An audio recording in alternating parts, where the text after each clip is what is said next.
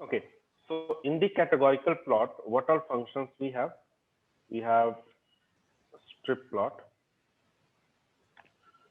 we have swarm plot,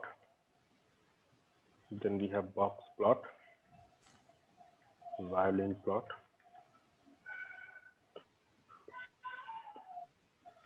bar plot,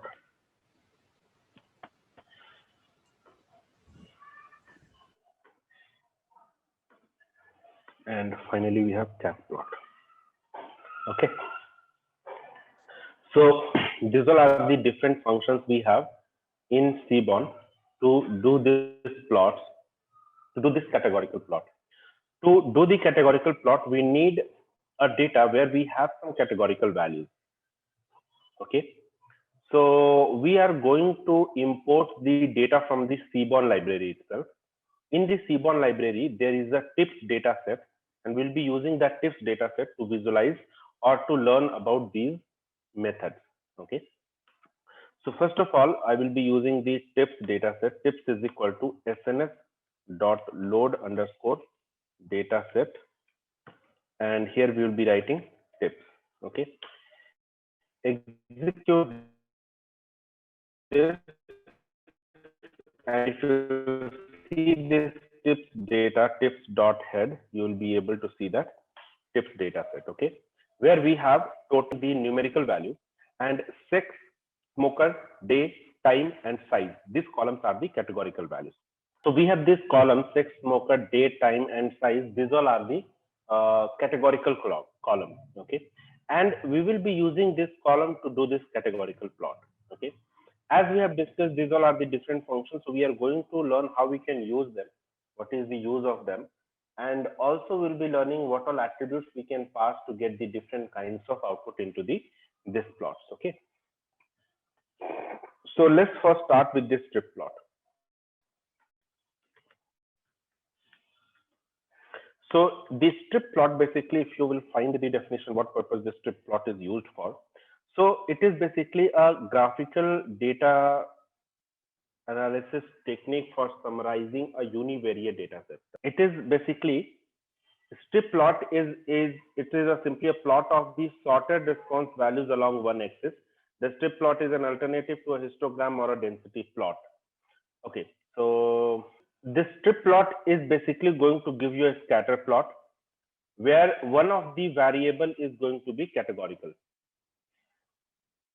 It is also a good complement to a box or violin plot in cases where you want to show all observation along with some representation of the underlying distribution. Basically, it is trying to say here that you can merge this strip plot with the box plot or violin plot if you want to see all the observation along the representation of the underlying distribution. Means whatever data, how it is distributed and where exactly it is distributed, you can find it using the merging of strip plot and box.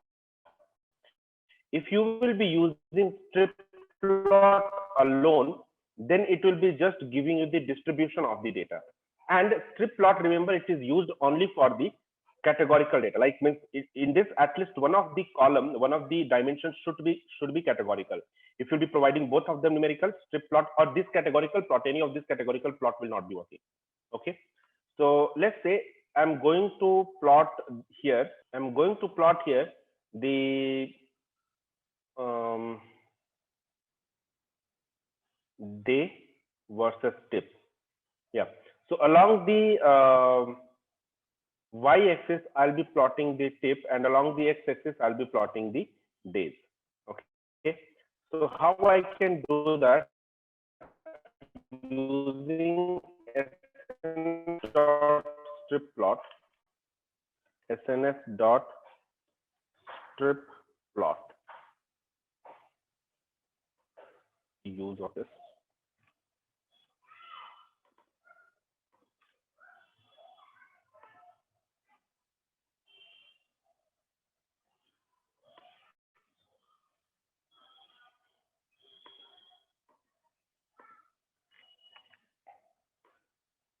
Okay, and if you want to pass, you can pass x is equal to, let's say I will be passing day column, and along y-axis I'll be passing tip column, and data I'll be passing is equal to tips.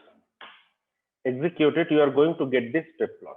Okay, so what it said, a strip plot can be drawn on its own. So you can draw this strip plot, but it does not give you the when you are using its own. So that's why it works as a good complement to a box plot or violin plot. So when you'll be merging this box plot or violin plot with this strip plot, then actually you can get more details about a graph or the distribution, how the data is distributed. Uh, uh, like how tips amount are distributed on different days. Basically, you can get, okay. Or in other data set, you can find that how the data is distributed basically along the y-axis. Okay, fine. So in this, what we have taken this day column along the x-axis and tip column along the y-axis.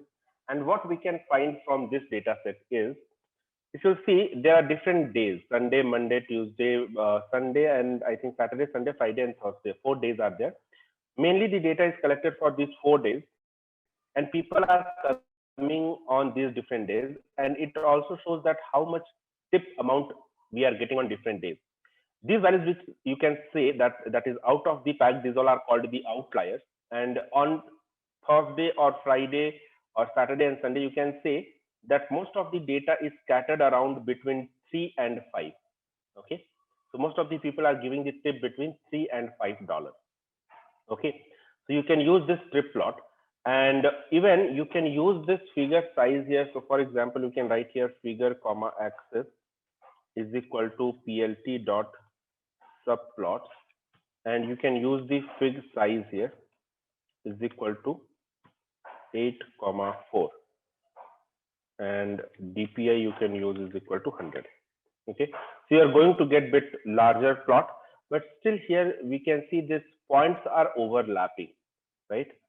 So if you want to see a plot where the points are not overlapped, then we have a function called swarm plot.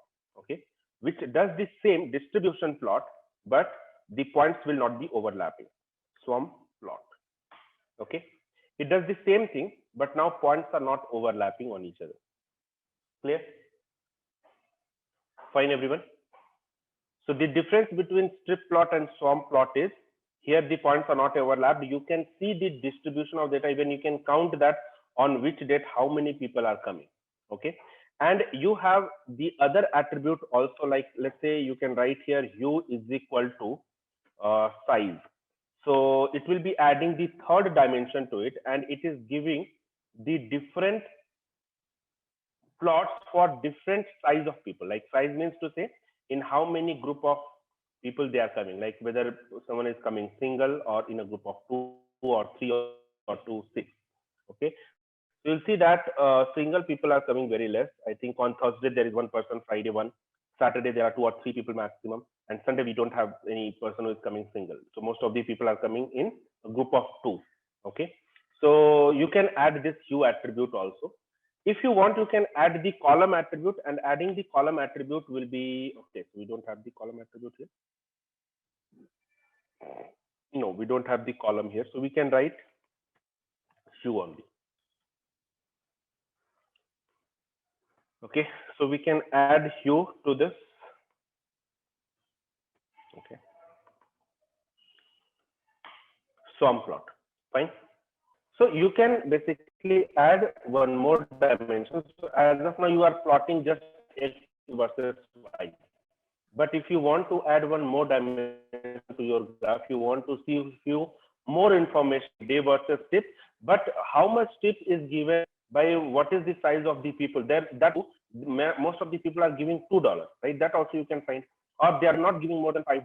Okay, so you can do some analysis like, okay, so if the people are coming in a group of 3 or in a group of 4, your service guy will be spending more time with them, or they will be focusing more on them because they can get more payment there, right? Okay, so next one we have is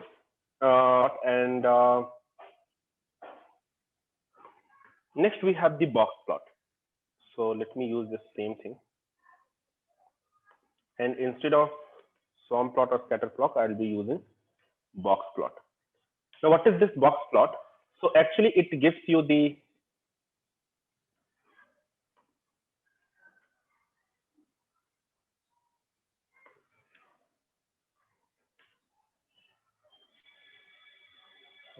remove this as of now.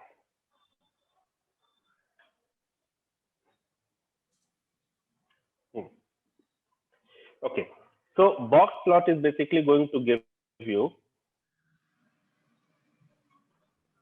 the distribution of the data, and it gives you the statistical information about the data. Okay, you can see box plot shows the distribution of quantitative data in a way that facilitates comparison between variable or across level of a categorical variable. It also shows the quartiles of the data set, while the whiskers extend to show the rest of the distribution. Okay, so in this you have two terms, quartile ranges and whiskers. So the boundaries of the boxes which you can see, these all are called the quartile ranges. Okay, fine. This is just the quartile ranges, and it gives you the statistical information. Okay, and the difference between box plot and violin plot is going to give you the more information, like it shows you the exact distribution of the data, how it is distributed. Okay, the shapes resembles of a violin, so we say it is a violin plot.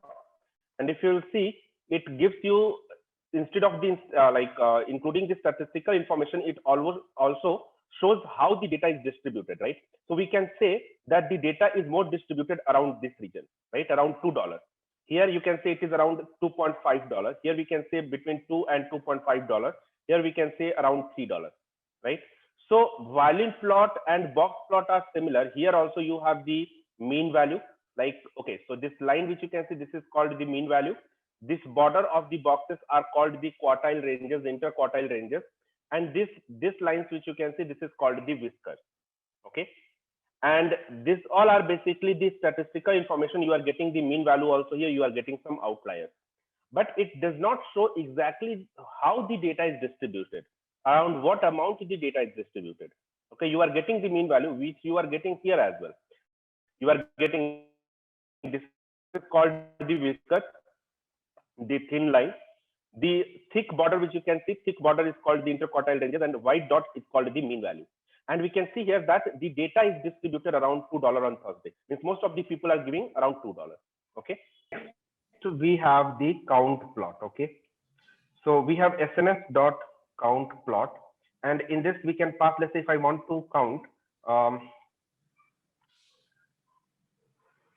on different days,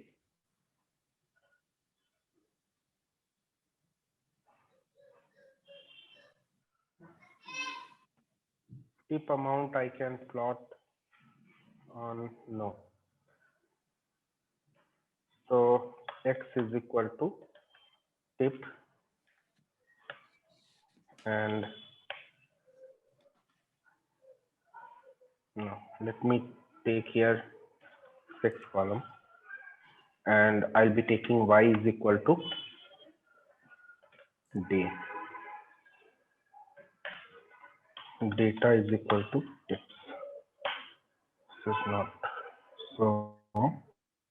Okay, so this is the 6th column, and we have data is equal to tips. So it will be giving me the count plot. Okay, count plot basically gives you the count of the different instances. So in the 6th column, you have only 2 values, male and female, right? So how many male candidates are coming and how many female candidates are coming on different days. So it is about the whole week, or like whatever data you have in the whole data. You can, most of the people are the male, and female you have less, that is around 80, and male are more than 150, or you can say around 158. Okay, or 155, whatever. Okay, next we have plot. Quite powerful, quite useful. You don't have to use this different function for doing the different plot. You just pass the kind attribute, which kind of want the swarm plot. You can write here swarm, and you can mention X what you want. Along the X I want the let's say day, and along Y I want the tip. Okay, and here I can write data is equal to tips. Okay, and it will be giving us the plot, swarm plot. Okay, fine, clear? Okay, and if similarly if you want the box plot, so in the kind you can just write here kind is equal to box, and you will be getting the box plot.